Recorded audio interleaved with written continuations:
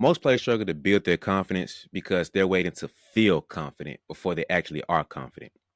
But you didn't wait till you felt ready before you start training work on your shot or your ball handling, right?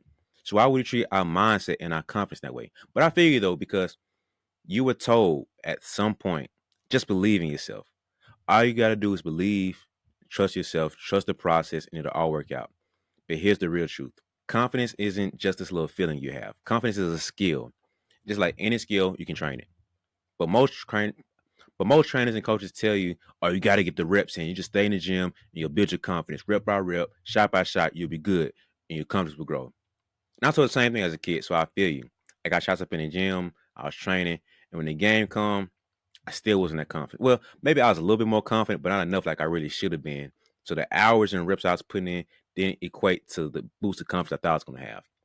But after years of trial and error, between me being a trainer and training my players, and throughout this whole confidence series and talking to the different guests I had between the pro players, the Division One college coach, skills trainers, and the mental performance coach, I finally got together and broke down this formula of how you build confidence and what confidence is.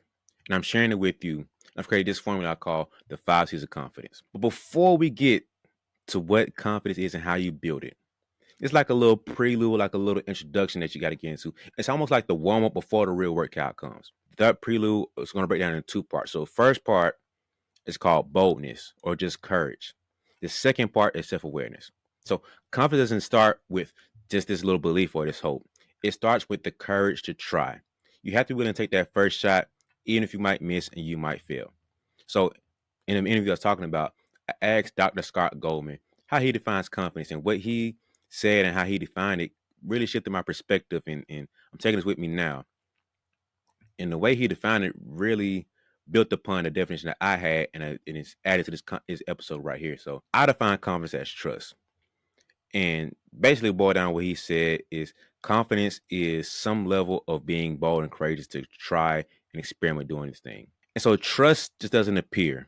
You have to gamble on yourself and take this bet on yourself that you can do it. So you have to take action, take this shot, and it just takes boldness to do that. But here's the thing about that too. Where are you placing this bet on? Like, where are you placing this gamble at? Where is this gamble going? You can't just blindly throw confidence or put the work in confidence just blindly. And this is where self-awareness comes in. You need to know yourself and know your game, because that's going to provide clarity for you. You need to know yourself and your game in terms of, are you a shooter? Or are you a playmaker? Are you athletic or are you not athletic? Are you a team defender or are you an individual defender? What's your go-to moves? Like, what is your skill set like, and what's the things that you need to work on, develop? What's the thing that gets you more playing time, or the thing that gets you benched? And then off the court is the exact same thing. So, are you a great communicator? Are you a critical thinker? Are you a great listener? Do your friends be like, man, I can talk to B, think he's dope. I can listen to him. He can listen to me. I can talk to him all the time. Or are you a great writer? Do you struggle, like you a hothead and you struggle being patient? You need to develop the scouting report on yourself. Just like you would study the opponent in the basketball game, study yourself, know your strengths and your weaknesses. So if you're agreeing with me and what my definition of what confidence is, that confidence is just trust, then self-awareness is like the roadmap to show you where to place that trust, and we need to develop more of that trust. And before we continue, I gotta mention this too, because a lot of times people say, I'm so self-aware. I'm great at knowing myself. I know I'm self-aware. But a lot of times it boils down to only knowing the flaws, only knowing that where we fall short at, and knowing that it's only knowing half of the story. You need to know your gifts. You need to know your strengths. You need to know your superpowers as well. That's like take example of Superman. If Superman only knew that he was vulnerable to kryptonite, but he had no idea that he could fly, no idea he had super strength, and he has X-ray vision, ice breath, and all the other powers that he has. You know how weak he'll be and how much low below his potential he'll be staying at. And it's like, bro, you're Superman. You can do all this. You're gonna focus on the kryptonite. Let me get a secret for you. This is exactly what most of us do too. Or I'll be real with you. I know I struggle with this. But you can't build real confidence if all you see and all you know is what you're missing and what's not there. But you don't see the beauty of what is right there in front of your face. So the 2 ingredients that matter here is knowing where you're strong and knowing your weaknesses and what you're lacking in. And so I'll share with you, like, with me being a trainer, I'm great with developing skills. I can get a player's skill set a step better than when I got them at before. We can make progress in that area. And I'm also great with the emotional component side and the mental side, the mindset of it. I can make a great connection with my players, the hoopers I'm working with. I understand the mindset and the skill set that goes into that whole psychological process. But on the other side, I'm not the best with X and O's. I can't break down plays that well. I haven't developed that skill yet. And I'm also working into understanding the strength and conditioning side and the performance training aspect of it too. Not the best at it yet. I'm working on it. But I wouldn't be able to grow there if I wasn't aware that I need to be there. But I also wouldn't be secure in myself and know my lane as a trainer if I wasn't clear on where I'm great at. But I wouldn't know any of this in the first place if I wasn't bold enough and had the courage to even try to take that leap out to be a trainer in the first place and just start doing this thing, take action and doing it. And so that's the very first step you have to take. That's the warm up before you get to the work. First, you have to have the courage to try, be willing to fail, to start doing work and taking action. Then develop that self awareness to know what makes you you. So once you know that, now we can start to build confidence. And this is where my framework of the 5 C's of confidence come in. These are like the 5 pillars that I've seen work on my own journey and the place that I've worked with. So first C is competence, which is the ability or the skill to do something. Second is challenge, is being able to overcome problems, different situations that you come upon.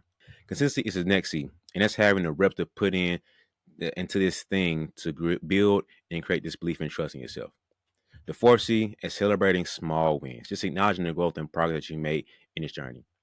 Fifth and final C is compounding small wins. No, it's a little stretch right there, but just bear with me. Compounding small wins and building truth and facts.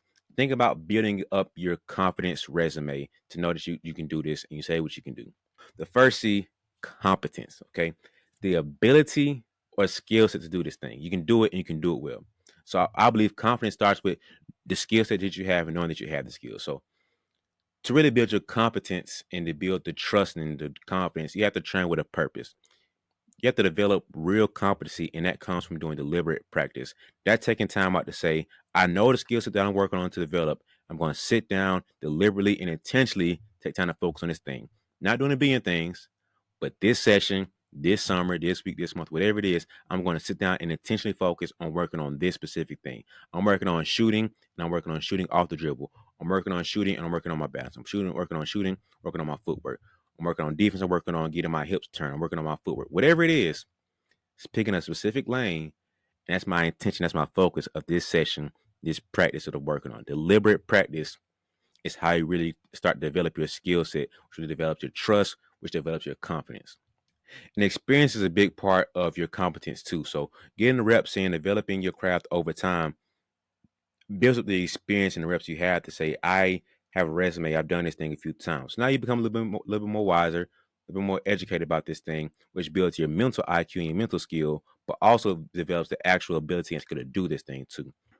The skills to do the thing is the big thing that draws the line between real confidence and fake confidence. So a lot of people can say they do it, and a lot of people wish they could do it, but only a handful can actually really do that thing and do it well. That's the difference between having true and real confidence and having this fake, false bravado, wannabe confidence. And so, if you need help with understanding this, think about Kobe and Jordan, man. Those guys are always the pinnacle we think about in basketball being just confident guys and being the confident hooper. But think about what they said all the time too. Like they didn't just go out and I'll say I built the skill set I put in the work. No, they said I want to be the most prepared player out there. So when I get in a situation, I'm prepared. I know what to do when this game winner comes. I shot 1,000 of these shots already. What's 1,000 I'm gonna do? So I'm confident I'm prepared.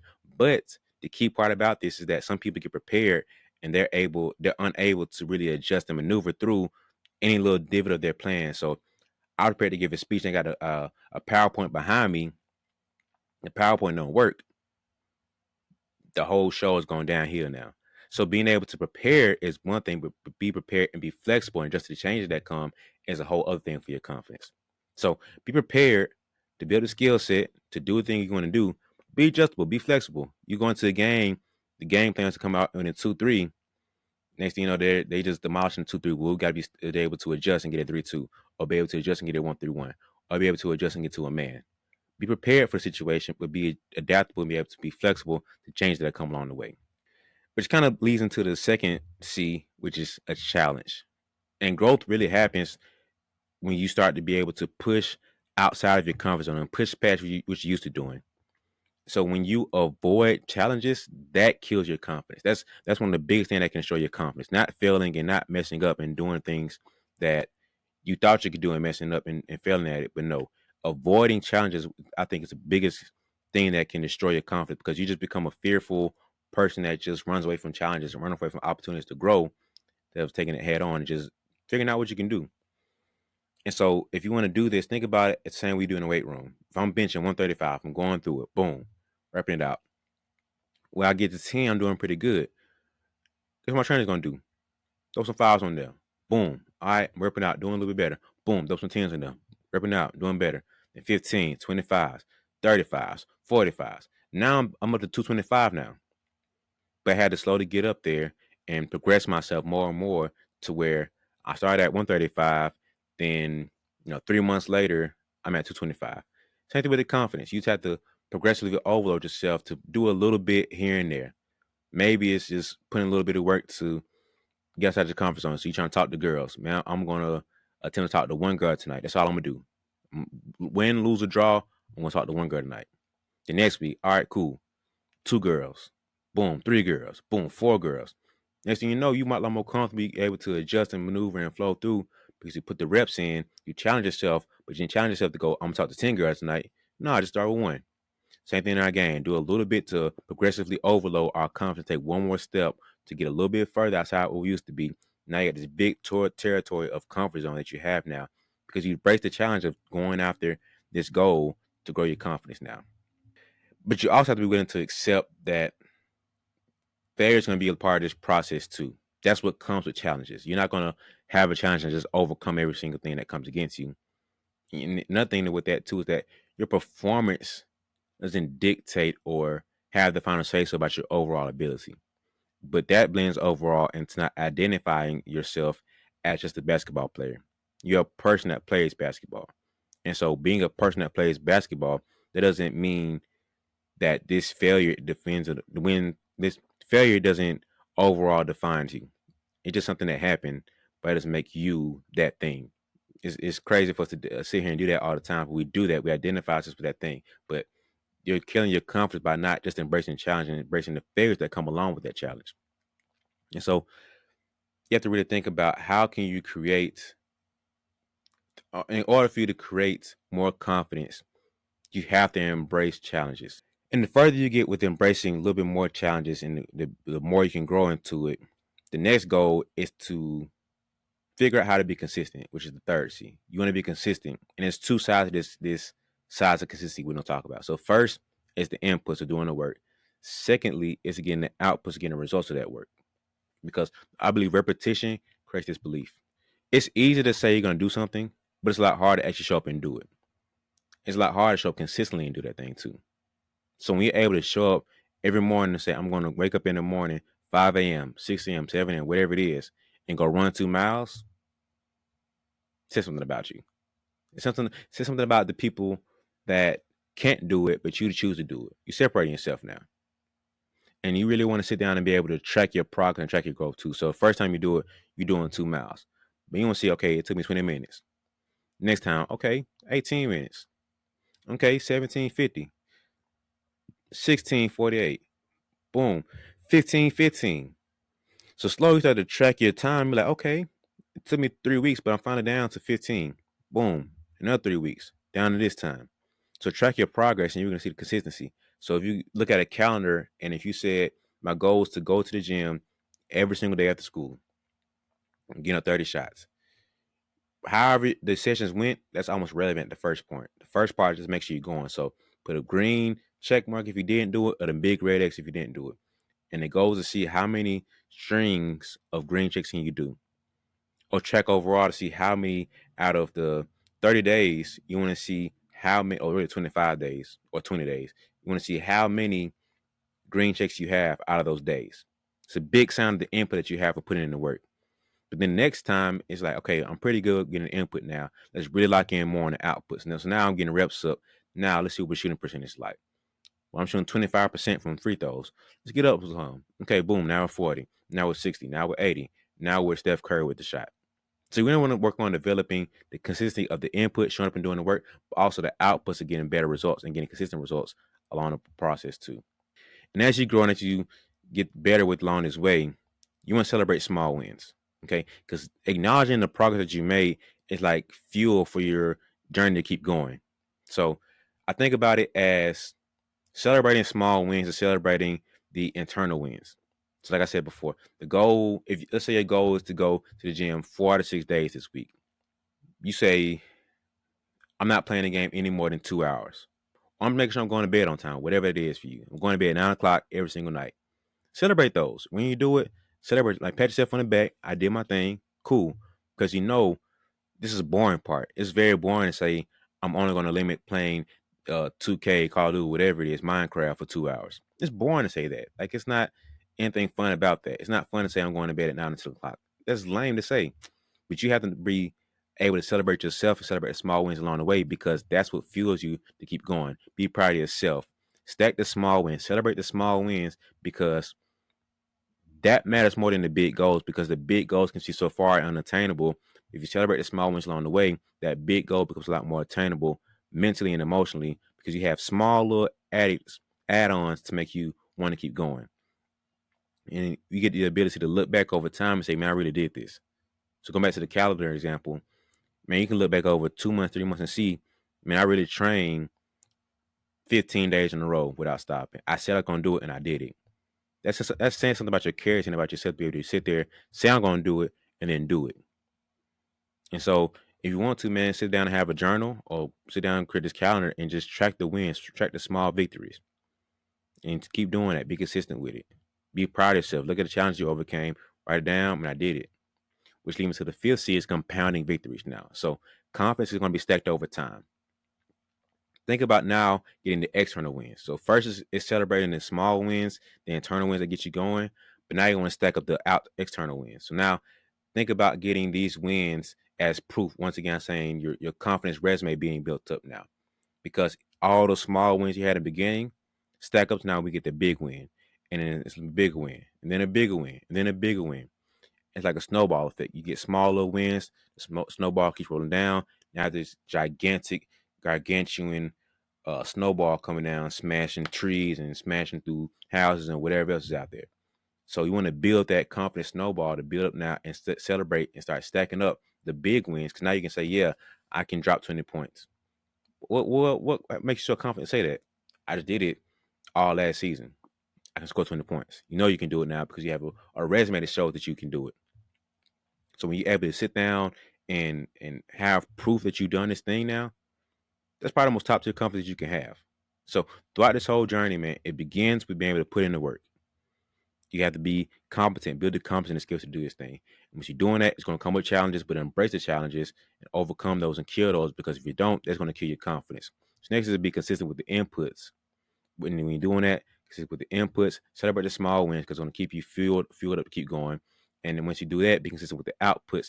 And those outputs are going to have to be stacked up and compound those victories because that's going to be the big resume build that you have to say, I'm confident in this thing and this is why. And the last thing I want to add before we get out of here is stop overthinking, man. Like building confidence going on this journey doesn't have to be about being right or being wrong. Think about it instead of being right or wrong. I want to be closer to being right than I am today. You don't have to be right. Just think about it being just accurately. You want to be more accurate, moving in the correct direction of being right. So I think about it as playing darts. When you're playing darts, it's not about hitting the bullseye every single time. It's cool if you do, but it's not like bullseye win, anything else is a loss. You get points for just for hitting the board. No matter how close or far you are from the bullseye, you get points. It's about the attempt that matters. The further you go along the way, you get more points for accuracy when it matters most when it comes to the end. But by the time you get to that point, you built up enough reps, enough time to really understand the skill and the feel for the dart and how it moves. So by the time you get to the point where it matters more about being accurate, you got a groove going. You're feeling good about yourself. You got your confidence built up. So you know how to be more accurate to the weight of it, how to adjust it and throw it now. And so all those reps, all the skill set that you accumulated from the beginning to this endpoint now gets you closer to being right, gets you closer to being more accurate than you were at the beginning. So find a groove and find yourself along the way to just being more accurate rather than just being right or being wrong, because that's destroying your confidence when everything is win or loss for you. And it shouldn't be that way. So You don't have to overthink it and be so judgmental about yourself. Just trust the process and figure out how to be closer to being right than you were before. And so, ladies and gentlemen, we spent this entire season breaking down confidence, how you can build it, how you can protect it, how you can grow it. But before we wrap things up, I got one more little piece for you before we wrap this thing up. See, it's one thing to have confidence in yourself. But what about getting other people to believe in you? Whether it's your coaches, your teammates, your friends, your family around you. How do you get them to trust you and believe in you in these big moments? How do you get them to have confidence in you? And it's exactly what we're going to dive into in a surprise bonus episode that we're dropping next week. And I thought about it like, man, I can't leave here without giving this extra gem because it's so valuable and so unique that I want to give it to you guys. So stay tuned for next week. See you next time in the bonus episode.